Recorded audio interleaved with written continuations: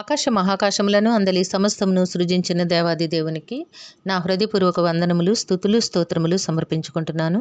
అందరికీ శుభోదయం. ఇది నా మహోన్నతుడైన దేవాది దేవుడు నీ కొరకు సిద్ధపరిచిన వాక్కు. అందుకు యేసు, అమ్మా, నీ విశ్వాసము గొప్పది, నీవు కోరినట్టే నీకు అవునుగాక అని ఆమెతో చెప్పెను.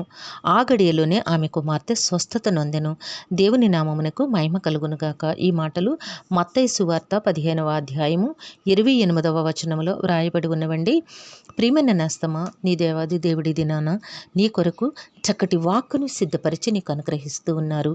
నీ జీవితములో దేవుడు ఇట్టి ఉన్నతమైన కార్యములను చేయబూని నీకు తన ఆశీర్వాదమునిచ్చుట కొరకు ఈ వాక్కును నీకు అనుగ్రహిస్తూ ఉన్నారు. ఈ కాంటెక్స్ట్లో చూసినట్లయితే ఒక స్త్రీ యేసు ప్రభు దగ్గరికి వచ్చిందట.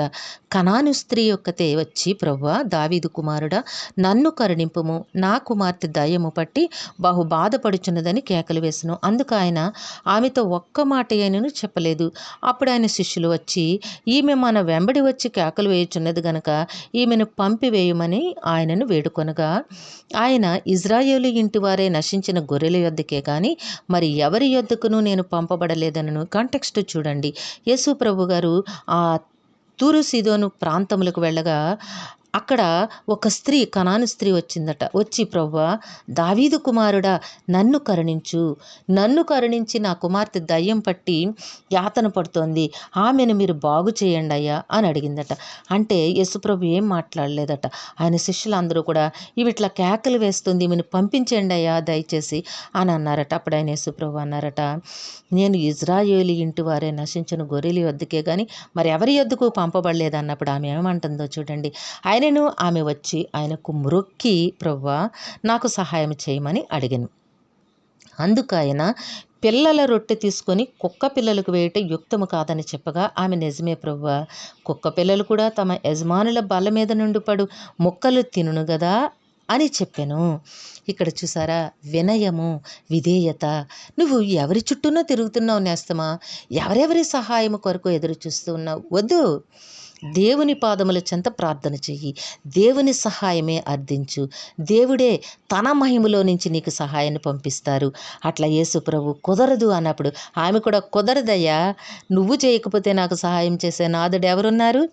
కుక్క పిల్లలు కూడా యజమాని బల్ల మీద నుంచి పడే రొట్టె మెక్కను తినేగా బ్రతకాలి.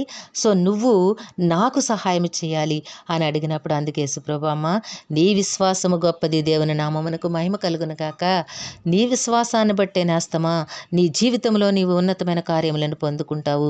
నీవు కోరినట్టే నీకు అవునుగాక అని ఆమెతో చెప్పినప్పుడు ఆ గడియలోనే ఆమె కుమార్తె స్వస్థత నొందెను. దేవుని నామమునకు మహిమ కలుగును గాక. ఆమేన్. ఈ దినాన నీ జీవితంలో కూడా దేవుడు ఎంత ఉన్నతమైన కార్యములు చేయబోతూ ఉన్నారు. నేస్తమా, ఇట్టి విశ్వాసంతో దేవుని సన్నిధిలో ప్రార్థన చెయ్యి. పదే పదే దేవుని పాదముల చెంత వేడుకో, అడుగు, అయ్యా, నువ్వు చేయకపోతే నాకు సహాయం చేసేవాళ్ళు ఎవరున్నారు? నీవు తప్ప వేరే సహాయకుడు కానీ, రక్షకుడు కానీ, దేవుడు కానీ ఎవ్వరూ నాకు లేరు. మీరే నాకు సహాయం చేయండి అయ్యా అని విరిగి నలిగిన హృదయముతో, వినయమైన మనసుతో ప్రార్థన చెయ్యి.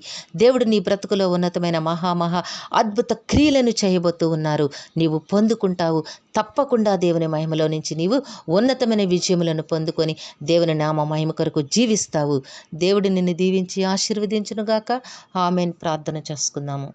ప్రేమ, జాలి, నమ్మకం కలిగిన తండ్రి, మీ ఘనమైన నామమును కొందరములు మీ బిడ్డకు మీరు ఇచ్చిన వాక్కును బట్టి స్తుతులు సమర్పించుకుంటున్నాము. ఏ బిడ్డకైతే ఈ వాక్కును సిద్ధపరిచి వినిపించారో ఆ బిడ్డ జీవితంలోనూ కుటుంబంలోనూ నాయన ఉన్నతమైన కార్యములు జరిగించమని మీ కాళ్ళు పట్టు వేడుకుంటూ ఉన్నాము. మా ప్రియులందరినీ, వారి కుటుంబంలోనూ మీ దివ్య హస్తములకు అప్పగించుకుంటున్నాము. అందరికీ నీ కావలసిన ఆయురారోగ్యము, పరిపూర్ణమైన రక్షణ, దీర్ఘాయుష్యు, నెమ్మదిని ప్రసాదించి మీ శాంతి సమాధానంతో జీవింపచేయండి. యవన కాలమందున్న బిడ్డలందరికీ సకాలంలో చక్కని వివాహములు, ఉద్యోగములు, గర్భఫలములు ప్రసాదించండి. మీ కృపలో జీవింపచేయండి నాయన. పరీక్షలు రాస్తున్న విద్యార్థులకు ఆరోగ్యమునిచ్చి ప్రతి ప్రశ్నకు సరైన సమాధానం నింటైలో రాసి ఉన్నతమైన విజయములు పొందుకునే మహాకృపను అనుగ్రహించండి. ఈ దినము పుట్టినరోజు, వివాహ దినమోత్సవంలో జరుపుకొంచిన బిడ్డలందరికీ మీ ఆశీస్సులు, దీర్ఘాయుష్ను అనుగ్రహించి మీ కృపలో నడిపించండి. ప్రయాణంలో ఉన్న బిడ్డలకి ముందు వెనుకలు కుడి ఎడమలు మీ దూతలను కాపుదలుగా ఉంచి మీ కృపలో నడిపించమని సమస్తమును మీ దివ్య హస్తములకు అప్పగించుకుంటూ ఈ ప్రార్థన యేసయ్య నామములో అడిగి వేడుకొనిచున్నాము తండ్రి. ఆమెన్. సర్వకృపానిధి యగు దేవుడు మీ కుటుంబ జీవితంలో ఉన్నతమైన ఆశీర్వాదములు అనుగ్రహించి మిమ్మును ఆయన నామ మహిమ కొరకు జీవింపచేయునుగాక. Amen, amen, amen.